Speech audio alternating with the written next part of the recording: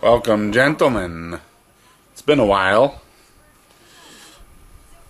DWR's gotten a little off track, but we're back in business, and let's go right to business, gentlemen. How about a letter? Let me pick a random letter. Dear DWR, has the show been canceled? I have not seen you on in a few weeks. Your team seemed to be doing fairly well. That is true, gentlemen.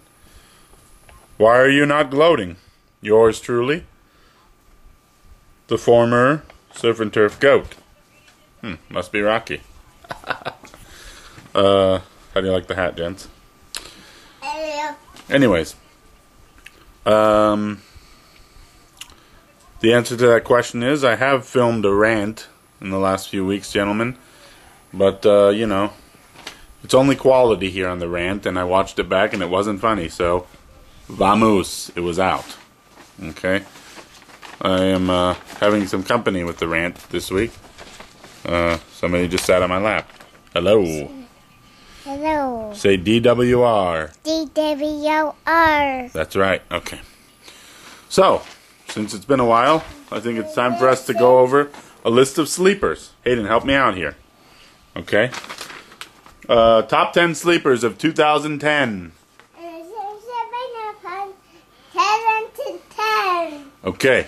We're going to start off with a group of tight ends here. Pick any order you like, gentlemen, but I'll go with number 10, Mercedes Lewis. What do you think, Hayden?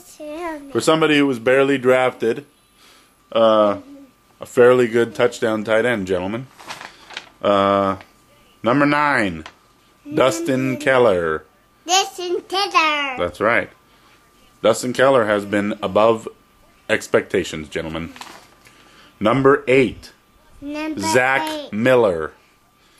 Definitely a boon if you drafted Zach Miller.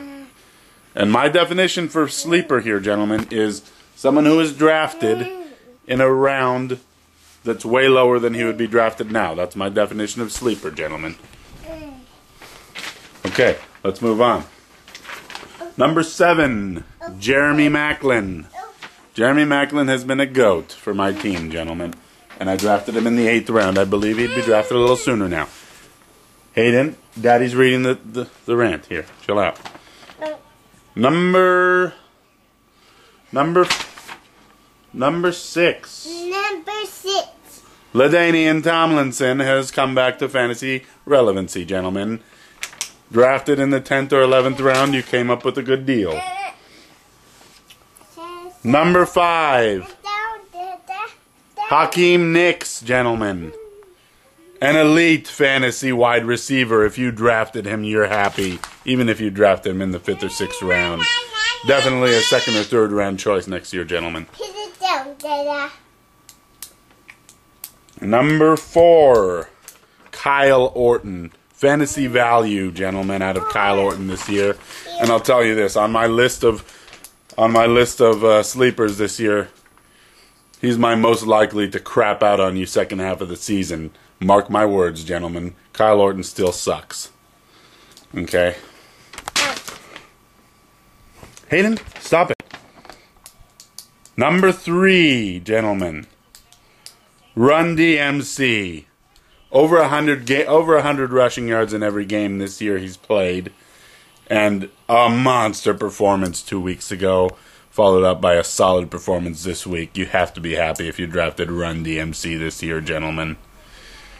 And number 2, the obvious choice, even though he was a fairly early selection, Arian Foster, gentlemen. If you drafted Arian Foster, you are sitting pretty probably with 2 really good running backs. Hayden, we're talking about Arian Foster here. Arian Foster, I got a text message from Joel just now that Arian Foster not only cost Joel the 100 in Dwayne's league, but the win in Surf and Turf this week, gentlemen. So if you drafted Arian Foster, you're very happy. And the number 1 fantasy sleeper of the year on Deke's top 10, gentlemen, Devin Aromashadu. What a badass he is. The experts know what they're talking about, gentlemen. And I'll tell you this, I thought it was hysterical in week 2 when Devin Aromashanu didn't play, and everybody was trying to figure out, why is Aromashanu out? And the answer, gentlemen, because he sucks donkey. That's why. And those are your top 10 fantasy sleepers halfway through the 2010 season, gentlemen. And I thought since we haven't had a rant in a while that we would at least have some substance. I hope you enjoyed it. And enjoy Devin Aromashanu if you grabbed him, gentlemen. I'm out. Adios. Adios. Adios.